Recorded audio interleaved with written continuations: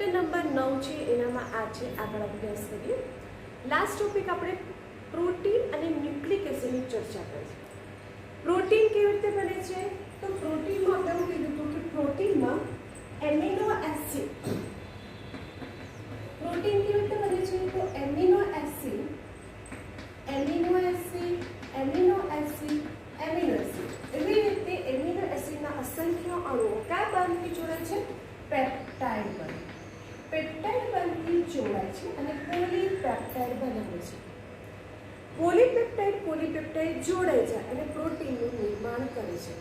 આપણે એ પણ ચર્ચા કરી હતી કે પ્રાથમિક બંધારણ, દ્વિતીય બંધારણ, તૃતીયક બંધારણ અને ચતુર્થક બંધારણ એ કેવી રીતે જોડાય છે એની પણ ચર્ચા કરી ચૂક્યા.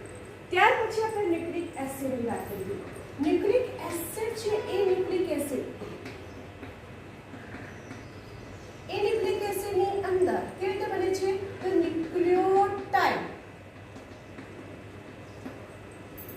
ન્યુક્લિયોસાઇડ સાથે ફોસ્ફેટનો અણુ જોડાય તો ન્યુક્લિયોટાઇડ, અને ન્યુક્લિયોટાઇડના અણુઓ જોડાય શું બનાવે છે? પોલીન્યુક્લિયોટાઇડ. ડીએનએ છે એ ડીએનએ માં આપણે એવું કીધું હતું કે બે પોલીન્યુક્લિયોટાઇડની રચના હોય છે, અને જો આરએનએ હોય તો આરએનએ ની અંદર આપણને એક પોલીન્યુક્લિયોટાઇડની શૃંખલા જોડાય છે અને ન્યુક્લિક એસિડ એટલે કે ડીએનએ અને આરએનએ નું નિર્માણ થાય છે. આપણે આ જે ડીએનએ અને આરએનએ છે, તો જે ડીએનએ છે એટલે કે જે ન્યુક્લિક એસિડ છે એની અંદર હાઇડ્રોજન બંધ આવેલો હોય છે. જે પ્યુરિન અને પિરિમિડિનને જોડતો હતો ત્યાં આપણને હાઇડ્રોજન બંધ આવેલો હતો. તે ઉપરાંત બે ન્યુક્લિયોટાઇડ જોડાય છે. ત્રીજા કાર્બનનો OH સમૂહ અને પાંચમા કાર્બનનો ફોસ્ફેટ સમૂહ જે જોડાય છે ત્યાં ફોસ્ફોડાયએસ્ટર બંધ, ફોસ્ફોડાયએસ્ટર બંધ. ઓકે, તો આપણે બેની વાત કરી છે, પ્રોટીન અને ન્યુક્લિક એસિડ. જે કાર્બનિક અણુઓ છે, જે કાર્બનિક જૈવ અણુઓની વાત કરી, એ કાર્બનિક જૈવ અણુઓ છે એનામાં એક આપણે પ્રોટીનનો ટોપિક ભણી ચૂક્યા છે અને એક આપણે ન્યુક્લિક એસિડનો ટોપિક ભણી ગયા છે. પ્રોટીનની અંદર કયો બંધ છે? પેપ્ટાઇડ બંધ. અને ન્યુક્લિક એસિડ છે એ ન્યુક્લિક એસિડની અંદર કયો બંધ હશે? હાઇડ્રોજન બંધ, જે પ્યુરિન અને પિરિમિડને જોડે છે. અને બીજો છે ફોસ્ફોડાયસ્ટર બંધ. અને ફોસ્ફોડાયસ્ટર બંધ કેવી રીતે બને છે? તો ત્રીજા કાર્બનનો OH સમૂહ અને પાંચમા કાર્બનનો ફોસ્ફેટ સમૂહ છે એ જોડાઈને કયો બંધ બને છે? ફોસ્ફોડાયસ્ટર લખ્યું છે, ફોસ્ફોડાયસ્ટર બંધ. બરાબર છે, જોવા મળે છે. તો આ રીતે આપણે બે બંધ વિશે વાત કરી કે પ્રોટીનની અંદર કયો બંધ છે? પેપ્ટાઇડ બંધ છે. ન્યુક્લિક એસિડની અંદર કયો બંધ છે? હાઇડ્રોજન બંધ. અને બીજો કયો બંધ છે? ફોસ્ફોડાયસ્ટર બંધ. એટલે સાથે સાથે આપણે બંધ છે જે કાર્બનિક અણુઓ છે એની અંદર કયા બંધ આવેલા છે ચોપડીની અંદર તમને અલગથી થિયરી છે, તો તમારે આ બેની વાત થઈ. બે કાર્બનિક અણુ પ્રોટીન છે અને ન્યુક્લિક એસિડ. હવે આપણે બીજા ભણવા છે લિપિડ. ઓકે, તો આજે સ્ટાર્ટ કરીશું આપણે લિપિડ.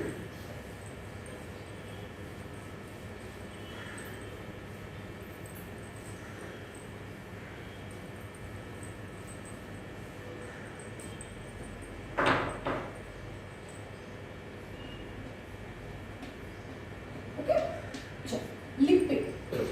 લિપિડ એક કાર્બનિક અણુ છે. લિપિડ પાણીમાં અદ્રાવ્ય છે. હવે આ જે લિપિડ છે એ લિપિડની આપણે થોડીક માહિતી પછી લઈશું કે જે બૃહદ જેવ અણુઓ છે એના વિશે આપણે અલગથી ચર્ચા કરીશું. હમણાં આપણે ખાલી લિપિડની જ વાત કરીએ કે લિપિડ કેવી રીતે બને છે.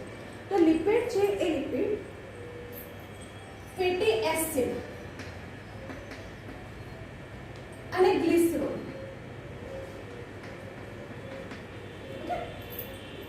લિપિડ છે ને એ લિપિડની અંદર કેટલાક લિપિડ ફક્ત ફેટી એસિડના બનેલા છે, કેટલાક લિપિડ ફક્ત ફેટી એસિડના બનેલા છે, કેટલાક લિપિડ ફક્ત ગ્લિસરોલના બનેલા છે, અને કેટલાક લિપિડ છે ફેટી એસિડ અને ગ્લિસરોલ બંને ભેગા થઈને બનાવે છે. જો કેટલાક લિપિડ આપણે ચર્ચા કરીએ, કેટલાક લિપિડ છે એ ફક્ત ફેટી એસિડના બનેલા, એટલા કરી દો. કેટલાક લિપિડ છે ફક્ત ગ્લિસરોલના બનેલા છે. કેટલાક લિપિડ છે જે ફેટી એસિડ અને ગ્લિસરોલના બનેલા છે. કેટલાક લિપિડ છે એસિડ પ્લસ ગ્લિસરોલ પ્લસ બિન લિપિડ ભાગ. એટલે લિપિડ અલગ અલગ રીતે છે કે લિપિડ છે જે આપણે તેલ ઘી ની એની વાત કરીએ છીએ, ચરબી કહીએ તો એ લિપિડ, કેટલાક લિપિડ ફક્ત ફેટી એસિડના બનેલા, કેટલાક લિપિડ ફક્ત ગ્લિસરોલના બનેલા, કેટલાક લિપિડ ફેટી એસિડ અને ગ્લિસરોલ બંનેના બનેલા, અને કેટલાક લિપિડ છે જે ફેટી એસિડ અને ગ્લિસરોલ એટલે કે લિપિડ ભાગ, આ ભાગ લેવાય લિપિડ ભાગ.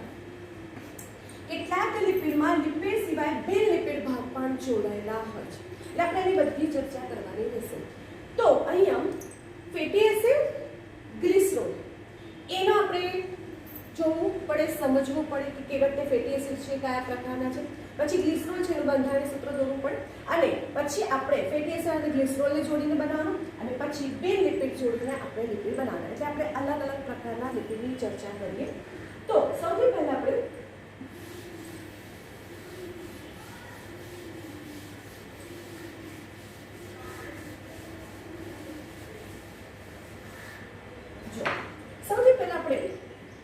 સાદા લિપિડની વાત કરીએ. જે લિપિડ છે ને એ લિપિડ 3 પ્રકારના છે: સાદા લિપિડ, જટિલ લિપિડ અને સ્ટીરોઇડ લિપિડ. સાદા લિપિડ છે એની ચર્ચા કરીશું. જટિલ લિપિડ એટલે કે જેમાં લિપિડ સાથે બિન લિપિડ ભાગ ગોઠવાયેલો હોય એને જટિલ લિપિડ કહેવાય, અને સ્ટીરોઇડ લિપિડ જેમાં ફક્ત ગ્લિસરોલ હોય. ઓકે, તો જોઈએ. સૌથી પહેલા આપણે ફેટી એસિડની વાત કરીએ. ફેટી એસિડ છે એ ફેટી એસિડમાં આ રીતે RCOOH એટલે કે ફેટી એસિડ છે જેની અંદર કાર્બોક્સિલિક સમૂહ જોવા મળે છે. ફેટી એસિડમાં કયો સમૂહ છે? કાર્બોક્સિલિક સમૂહ. અને એની સાથે R છે, અને આ R છે જે રીતે આપણે એમિનો એસિડમાં શું કરતું કે NH2 એક બાજુ COOH એક બાજુ H અને R મિનરલ, અને R ક્રિયાશીલ સમૂહના આધારે આપણે 20 પ્રકારના એમિનો એસિડ તૈયાર કર્યા હતા. સેમ અહીંયા આવી રીતે કે જે ફેટી એસિડ છે એ ફેટી એસિડમાં RCOOH છે એના દ્વારા દર્શાવવામાં. એક્ઝામમાં પણ તમને પૂછાય RCOOH સમજાવો, તો ત્યાં તમારે ફેટી એસિડ એક્સપ્લેન કરવાનું રહેશે. ફેટી એસિડમાં R છે એ R શું થયા? ક્રિયાશીલ સમૂહ. હવે એ ક્રિયાશીલ સમૂહમાં જો કાર્બન 1 થી લઈને 20 કાર્બનથી વધારે પણ હોઈ શકે. તો જો કાર્બનની સંખ્યા છે, તો કાર્બનની સંખ્યામાં જો મિથાઇલ સમૂહ હોય, R બરાબર R ની જગ્યાએ તો શું છે? મિથાઇલ. એ રીતે ઇથાઇલ સમૂહ પણ હોઈ શકે. તે ઉપરાંત આ R છે એ R માં કાર્બનની સંખ્યા 16 કાર્બનની સંખ્યા પણ હોઈ શકે, 20 કાર્બનની સંખ્યાવાળા પણ ફેટી એસિડ હોઈ શકે. જેમાં 16 કાર્બન વાળા ફેટી એસિડ છે એ ફેટી એસિડનું નામ પામિટિક એસિડ છે.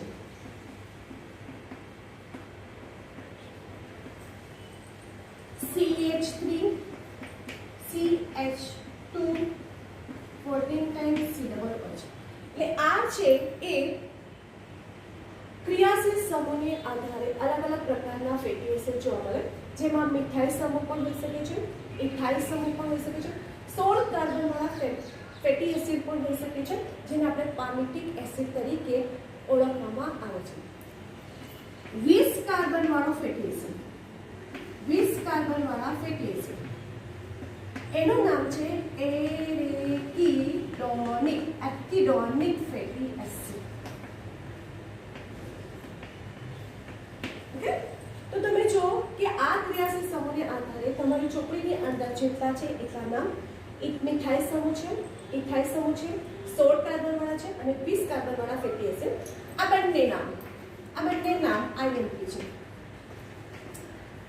16 કાર્બન વાળા ફેટી એસિડનું નામ આપો તો પામિટિક એસિડ, 20 કાર્બન વાળા ફેટી એસિડનું નામ આપો તો એરિકિડોનિક એસિડ. આ રીતે આપણે ફેટી એસિડની વાત કરીએ. આ R છે એ R આપણે R છે આ રીતે R1 COOH, R2 COOH, R3 COOH, એટલે કે આ રીતે 1 2 3 આપ્યા છે એટલે ફેટી એસિડના પ્રકાર, એટલે એક ફેટી એસિડ, બીજો ફેટી એસિડ, ત્રીજો ફેટી એસિડ, એવી રીતે ફેટી એસિડ. તો આગળ આપણને R1 R2 R3 આપેલા હોય એનો મતલબ કે આ એક ફેટી એસિડ, આ બીજો ફેટી એસિડ, આ ત્રીજો ફેટી એસિડ, એવી રીતે અલગ અલગ પ્રકારના ફેટી એસિડ થાય. ઓકે, હવે આપણે ફેટી એસિડનો પતી ગયો.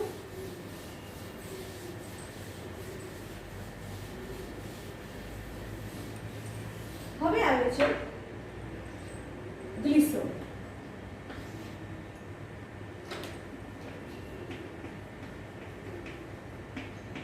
આ ગ્લિસરોલ છે એ ગ્લિસરોલ પાછળ ઓલ બરાબર છે, ગ્લિસરોલ એટલે OH સમૂહ છે. તો અહીંયા ગ્લિસરોલ છે એ ગ્લિસરોલની અંદર એનું નામ છે ટ્રાયહાઇડ્રોક્સી પ્રોપેન તરીકે પણ ઓળખવામાં આવે છે. એનામાં 3 કાર્બન અને 3 OH સમૂહેલા છે. તો 3 કાર્બનમાં 1 2 અને 3 CH2OH CH2OH CHOH. આ થોડું તમારે ગ્લિસરોલનું બંધારણ છે. તો ગ્લિસરોલ છે એ ગ્લિસરોલમાં 3 કાર્બન 1 2 3, હાઇડ્રોજન જોઈએ 2 ને 4 5 6 7 અને 8, ઓક્સિજન 1 2 ને 3. હવે એનું આણ્વિક સૂત્ર. ઓકે, અણુસૂત્ર.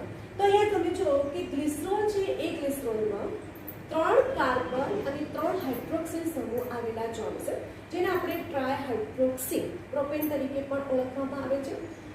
આ C3 અને H8O3. તો તમને એક્ઝામમાં પૂછાય કે C3H8O3 નું બંધારણીય સૂત્ર દોરો, તો તે વખતે શું આવે છે? ગ્લિસરોલ. ઓકે, તો ફેટી એસિડની કઈ રીતે છે? ગ્લિસરોલની વાત કરીએ. ફેટી એસિડમાં એક ચર્ચા જે ચોપડીમાંથી આપ્યું કે જે ફેટી એસિડ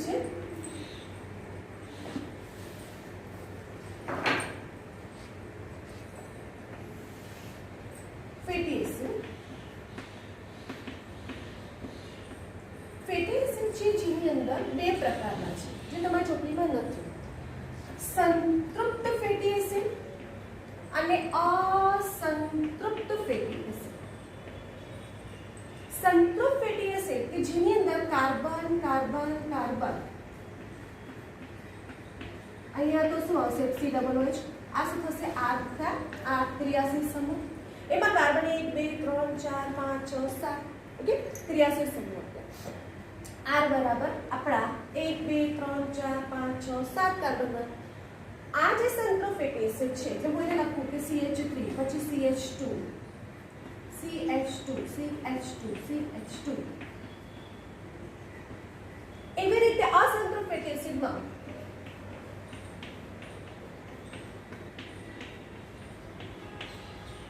CH3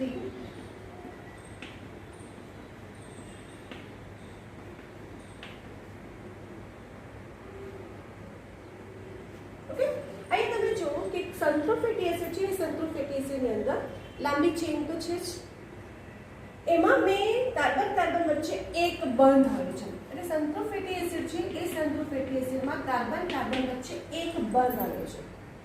જ્યારે અસંતૃપ્ત ફેટી એસિડમાં 2 છે, અહીંયા પણ છે. તો કાર્બન કાર્બનની શૃંખલા છે ત્યાં આપણને દ્વિબંધ આવેલો જોશે. હવે એ દ્વિબંધ કાં તો એક હોઈ શકે કાં તો એક કરતાં વધારે પણ હોઈ શકે. એટલે કાર્બન કાર્બનની શૃંખલા વચ્ચે આપણને દ્વિબંધ આવેલા જોવા મળશે, જેને આપણે અસંતૃપ્ત ફેટી એસિડ તરીકે ઓળખવામાં આવે છે.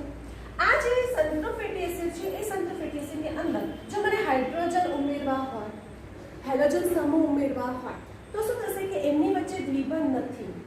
એટલે ત્યાં હું હાઇડ્રોજન, કારણ કે કાર્બનની વેલેન્સી પૂરી થઈ છે, એટલે ત્યાં હું હાઇડ્રોજન કે હેલોજન ઉમેરી શકતી નથી. પણ જો અસંતૃપ્ત ફેટી એસિડમાં મને જો હાઇડ્રોજન સમૂહ ઉમેરવા હોય, હેલોજન સમૂહ ઉમેરવા હોય તો શું થશે? એ સ્થાન પરથી શું થશે? દ્વિબંધ તૂટી જાય. ધારો કે મને હાઇડ્રોજન ઉમેરો છો તો આ દ્વિબંધ આની સાથે જોડાઈ ગયો અને આ જે છે આની સાથે જોડાઈ ગયો. એટલે દ્વિબંધ તૂટીને હાઇડ્રોજન કે હેલોજન સમૂહ ઉમેરાઈ શકે છે. તો સંતૃપ્ત ફેટી એસિડ જે હાઇડ્રોજન અને હેલોજન સમૂહ છે એને સ્વીકારી શકતા નથી. અસંતૃપ્ત ફેટી એસિડ છે જે દ્વિબંધને તોડીને હાઇડ્રોજન કે હેલોજન સમૂહને સ્વીકારી શકે છે, એટલે દ્વિબંધ તૂટી શકે છે. તો આ રીતે તમારી ચોપડીની અંદર નથી, પણ આપણે જસ્ટ થોડુંક સમજાવ્યું કે ફેટી એસિડ છે એના 2 પ્રકારના, સંતૃપ્ત ફેટી એસિડ અને અસંતૃપ્ત ફેટી એસિડ.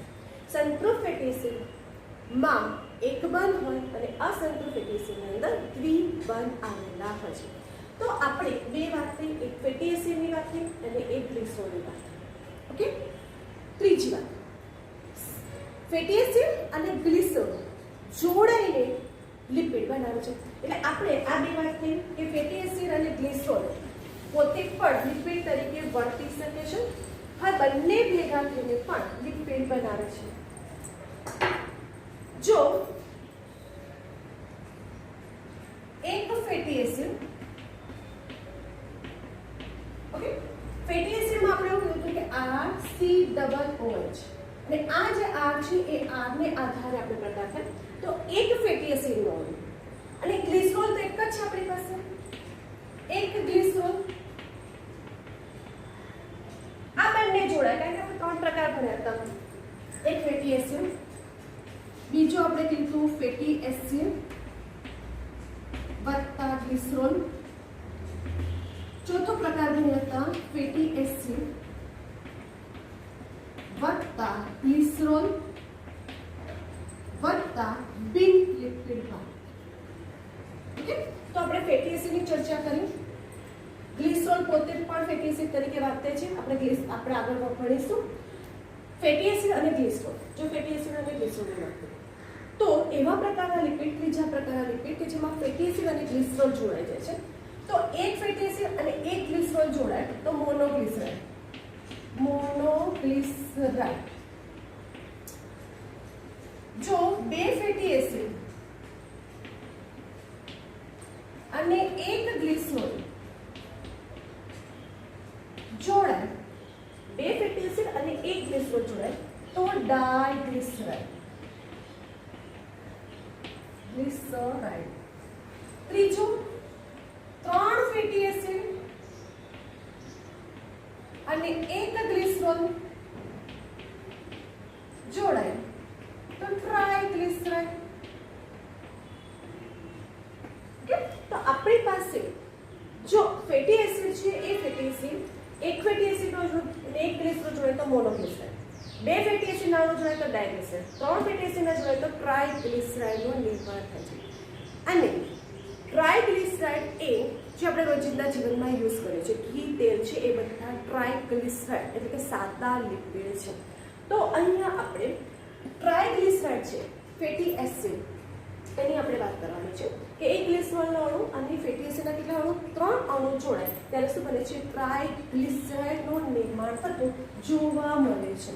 તો આપણે એક ફેટી એસિડ, એક ગ્લિસરોલ, મોનોગ્લિસરાઇડ, બે ફેટી એસિડ, એક ગ્લિસરોલ, ડાયગ્લિસરાઇડ, ત્રણ ફેટી એસિડ અને એક ગ્લિસરોલનો અણુ ટ્રાઇગ્લિસરાઇડ. ઓકે, તો આપણે ટ્રાઇગ્લિસરાઇડની રચના જોઈએ. ટ્રાઇગ્લિસરાઇડ. ઓકે, ટ્રાઇગ્લિસરાઇડ છે એ આપણે દોરવાનું છે. તો સૌથી પહેલા આપણે શેની જરૂર પડશે? એક ગ્લિસરોલ, ત્રણ ફેટી એસિડ. જો અહીંયા લખી દઉં છું, એક ગ્લિસરોલ, ત્રણ ફેટી એસિડ. ઓકે, એક ગ્લિસરોલ, ત્રણ ફેટી એસિડના અણુઓ જોડાઈને શું બનાવે છે? ટ્રાઇગ્લિસરાઇડનું નિર્માણ કરે છે. તો આપણે ગ્લિસરોલ છે, આવી ગ્લિસરોલ આ છે એને લખી કાઢીએ CH2OH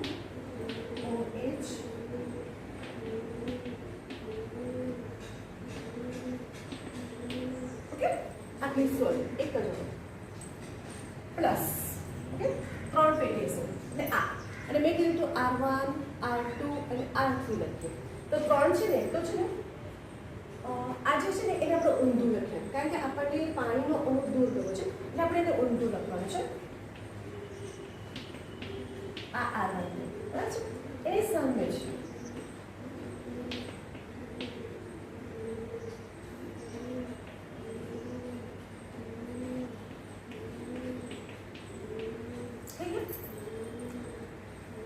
R1 R2 અને R3 ત્રણ ફેટી એસિડ.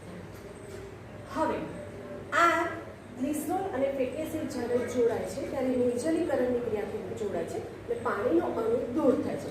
આપણે શું કરીશું? પાણીનો અણુ દૂર કરીએ.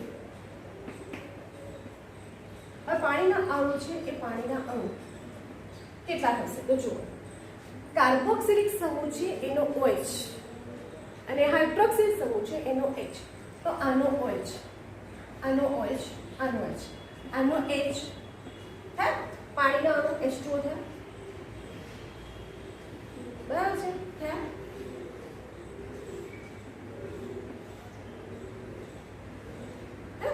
એક પાણીનો અણુ OH બરાબર છે ત્રીજું પાણીનો અણુ એટલે શું થાય ત્રણ પાણીના અણુ થાય અને જ્યારે બને છે ત્યારે તમે જો કે પાણીના અણુને દૂર કરીએ તો ટ્રાઇગ્લિસરાઇડ કેવી રીતે બને છે આપણે એક કામ કરીએ તેને જ યાદ ચલો CH2O પછી શું છે આગળ જતું રહ્યું છે હવે શું રહ્યું OC તો આપણે આ રીતે લખી શકીએ ઓકે પછી CHOCO R2 ફરી CH2O C11O આ થયું તમારે ટ્રાઇગ્લિસરાઇડ જે સાદા લિપિડની વાત છે ઓકે તો તમે જો કે ફેટી એસિડ અને ગ્લિસરોલ જોડાઈને પણ લિપિડ બની શકે છે અને એના માટે ટ્રાઇગ્લિસરાઇડ તમારી ચોપડીમાં આ નથી આપ્યું તમારી ચોપડીને ડાયરેક્ટ આ જ આપ્યું છે ટ્રાઇગ્લિસરાઇડ તો ટ્રાઇગ્લિસરાઇડ કેવી રીતે બને છે એ આપણે એને સમજાવી દીધું ઓકે તો અહીંયા થયું તમારે ફેટી એસિડ અને ગ્લિસરોલ જોડાઈને લિપિડ બનાવે છે ક્લિયર મોનોગ્લિસરાઇડ ડાયગ્લિસરાઇડ અને ટ્રાઇગ્લિસરાઇડ હવે છે ફેટી એસિડ અને ગ્લિસરોલ વત્તા બે લિપિડ હવે આને યુઝ કરી દો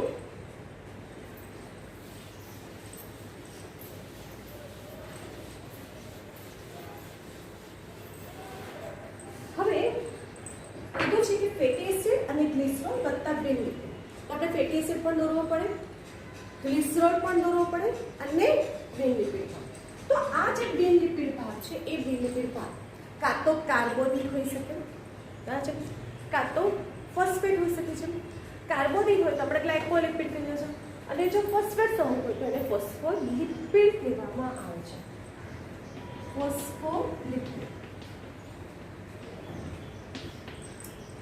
તો આ તો તમારે જટિલ લિપિડ પણ કહી શકીએ છીએ જટિલ લિપિડ પણ કહી શકીએ તો ફેટી એસિડ અને ગ્લિસરોલ અથવા તો આપણે એવું કહી શકીએ કે લિપિડ સિવાય આટલો ભાગ લિપિડ છે લિપિડ સિવાય કોઈ બે લિપિડ ભાગ જોડાયેલો હોય તો આપણે એને જટિલ લિપિડ તરીકે ઓળખવામાં આવે છે આ બે લિપિડ ભાગ તરીકે તમે જો કાર્બોદિન પણ હોઈ શકે અને ફોસ્ફેટ પણ હોઈ શકે અન્ય પણ હોઈ શકે તો અહીંયા તમે ગ્લાયકોલિપિડ ફોસ્ફોલિપિડ એ આગળ આપણે ભણી ચૂક્યા છે તો અહીંયા તમારે ફોસ્ફોલિપિડની વાત કરી છે અને ફોસ્ફોલિપિડ છે એનું એક ઉદાહરણ આપ્યું છે લિસિથિન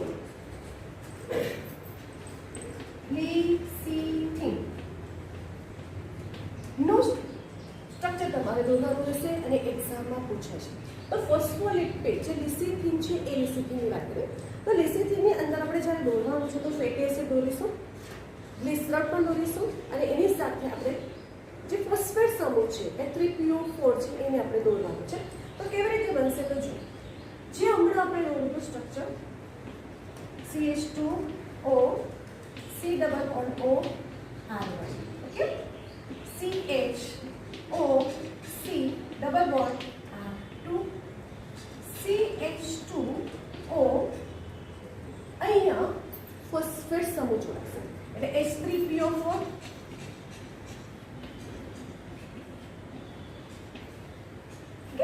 જે CH2 અહીંયા હતો ને બરાબર છે અહીંયા આપણે શું કર્યું છે H3PO4 ને જોડ્યા છે CH2 N CH3 CH3 CH3 આ થયું તમારે લિસિથિનનું બંધારણ જે તમને એક્ઝામમાં લિસિથિન છે એ લિસિથિનનું સ્ટ્રક્ચર દોરો એવું તમને પૂછાય તો તમારે જો આ ગ્લિસરોલ થયા એ તો ખબર પડી CH2 CH2 O C double mono અને R1 R2 અને અહીંયા શું આવશે H3PO4 નો ગ્રુપ પછી CH2 જે છે એ દોરવાની અને પાછું CH2 and CH3 આ તો લિસિથિનનું સ્ટ્રક્ચર હવે થોડુંક એક્સ્ટ્રા લિસિથિન છે એ લિસિથિન ફોસ્ફોલિપિડનું છે હવે એ ફોસ્ફોલિપિડ ક્યાં આવેલું છે? તો ફોસ્ફોલિપિડ આપણને યાદ હોય તો કોષરસ પટલમાં. કોષરસ પટલ છે એ કોષરસ પટલ આપણે ભણી ગયા હતા. તો એ કોષરસ પટલની અંદર આપણને છે ને આમ આપણે આ રીતે દોરતા હતા. આ રીતે શીર્ષ પછી પૂંછડી, શીર્ષ પૂંછડી આ રીતે દોરતા હતા ફોસ્ફોલિપિડ. ધ્રુવ્ય છેડો અને અધ્રુવ્ય છેડો, હાઇડ્રોફિલિક અને હાઇડ્રોફોબિક. જે શીર્ષ છે આપણા હાઇડ્રોફિલિક છે. તો હવે શું થશે? આ જે ફોસ્ફોલિપિડ છે જે બેસિકલી દોર્યું એ જ ફોસ્ફોલિપિડ આપણને ક્યાં જોવા મળશે? કોષરસ પટલ. આપણે કીધું હતું કે કોષરસ પટલ છે લિપિડનું બનેલું છે,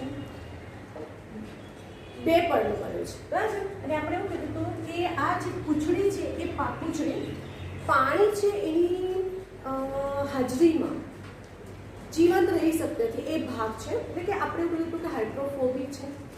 તો જલ વિતરાગી અને જલ અનુરાગી એવો શબ્દ વાપર્યો હતો.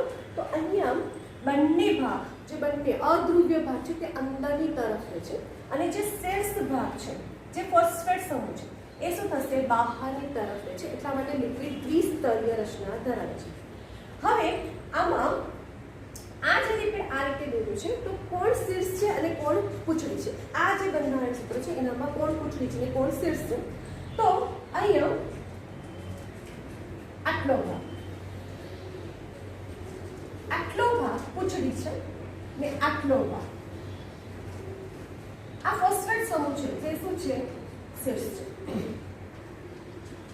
ઓકે, એટલે આ રીતે ફોસ્ફેટ સમૂહ છે એ ફોસ્ફેટ સમૂહમાં જો આપણે શીર્ષ કહીએ તો આ શું છે? તમારી પૂંછડીનો ભાગ છે. એટલે આ ફોસ્ફેટ સમૂહ વાળો ભાગ આપણને શું જોવા મળશે? શીર્ષ જોવા મળશે. અને બાકીનો ભાગ તમને શું થશે? પૂંછડી સ્વરૂપે એટલે કે અધ્રુવ્ય ભાગ તરીકે જોવા મળે છે. તો આ આપણને વાક્ય રચના આપી છે કે ફોસ્ફોલિપિડ છે એ કોષરસ પટલ છે ત્યાં આપણને જોવા મળે છે. આ રીતે લિપિડની વાત કરીએ. ઓકે, તો લિપિડ છે એ લિપિડમાં તમે જુઓ કે ફેટી એસિડ પોતે પણ લિપિડ તરીકે વર્તે છે, ગ્લિસરોલ પોતે પણ લિપિડ તરીકે વર્તે છે અને ગ્લિસરોલ અને ફેટી એસિડ જોડાઈને પણ લિપિડ બને છે. અને બે લિપિડ ભાગ માટે આપણે શું કરવાનું છે? બેસિકલીનું સ્ટ્રક્ચર સમજવાનું છે. તમારે કશું જ નથી કરવાનું, ખાલી સ્ટ્રક્ચર છે. આ બધી કોઈ રચના તમારે કરવાની નથી, ખાલી આટલું જ દોરવાનું છે. અને એટલા માટે કે આ ઉપરનો જે ભાગ છે એ તમારે અધ્રુવ્ય ભાગ છે, પૂંછડી તરીકે વર્તે છે અને જે ફોસ્ફેટ વાળો ભાગ છે તે ધ્રુવ્ય ભાગ તરીકે વર્તે છે. ઓકે, અહીંયા તમને એક આપેલો છે કે ગ્લિસરોલ છે એ ફેટી એસિડ તરીકે વર્તે છે. હવે તમારી ચોપડીમાં નથી તો કેટલાક ફેટી એસિડ છે જે ફક્ત ગ્લિસરોલના બનેલા છે. એટલે કે ત્યાં કેટલાક લિપિડ ફક્ત ગ્લિસરોલના બનેલા છે. ઓકે, ત્યાં ફેટી એસિડ હોતા નથી. તો ગ્લિસરોલ, તો જે ફેટી એસિડની અંદર ગ્લિસરોલ એટલે જે ફેટી એસિડની અંદર આલ્કોહોલ એટલે હું જ્યારે બોલી દઉં એટલે સુધી ખબર પડશે. સ્ટેરોલ અને સ્ટેરોન ભલે ચોપડીમાં નથી પણ આપણે થોડી વાત કરી લઈએ.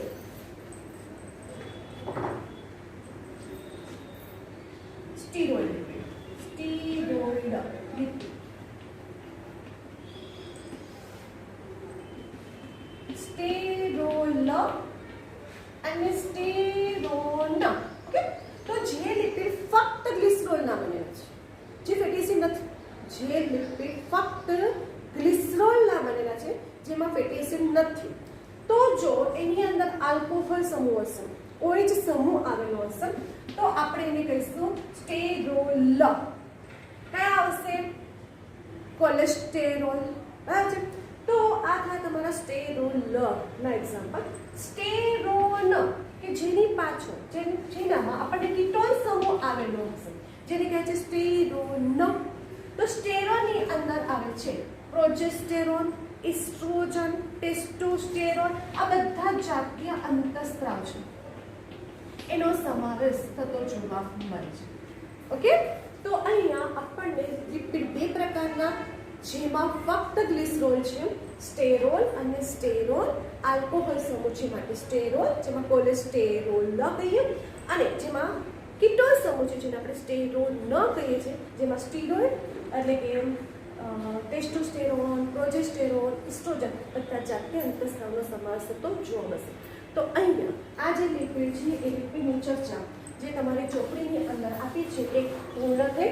તો લિપિડ છે એ લિપિડ સાદા લિપિડ, જટિલ લિપિડ અને સ્ટીરોઇડ લિપિડ. એટલે કેટલાક લિપિડ ફક્ત ફેટી એસિડના બનેલા, કેટલાક લિપિડ ફક્ત ગ્લિસરોલના બનેલા, કેટલાક લિપિડ ફેટી એસિડ અને ગ્લિસરોલના બનેલા, જેમાં મોનોગ્લિસરાઇડ, ડાયગ્લિસરાઇડ, ટ્રાઇગ્લિસરાઇડ. કેટલાક લિપિડમાં ફેટી એસિડ અને ગ્લિસરોલ સિવાય બિન લિપિડ ભાગ જોડાયેલો છે, જેને આપણે ફોસ્ફોલિપિડ તરીકે ઓળખવામાં આવે છે. તો અહીંયા આખો જે લિપિડનો ભાગ છે એ લિપિડનો ટોપિક આપણો પૂર્ણ થાય છે.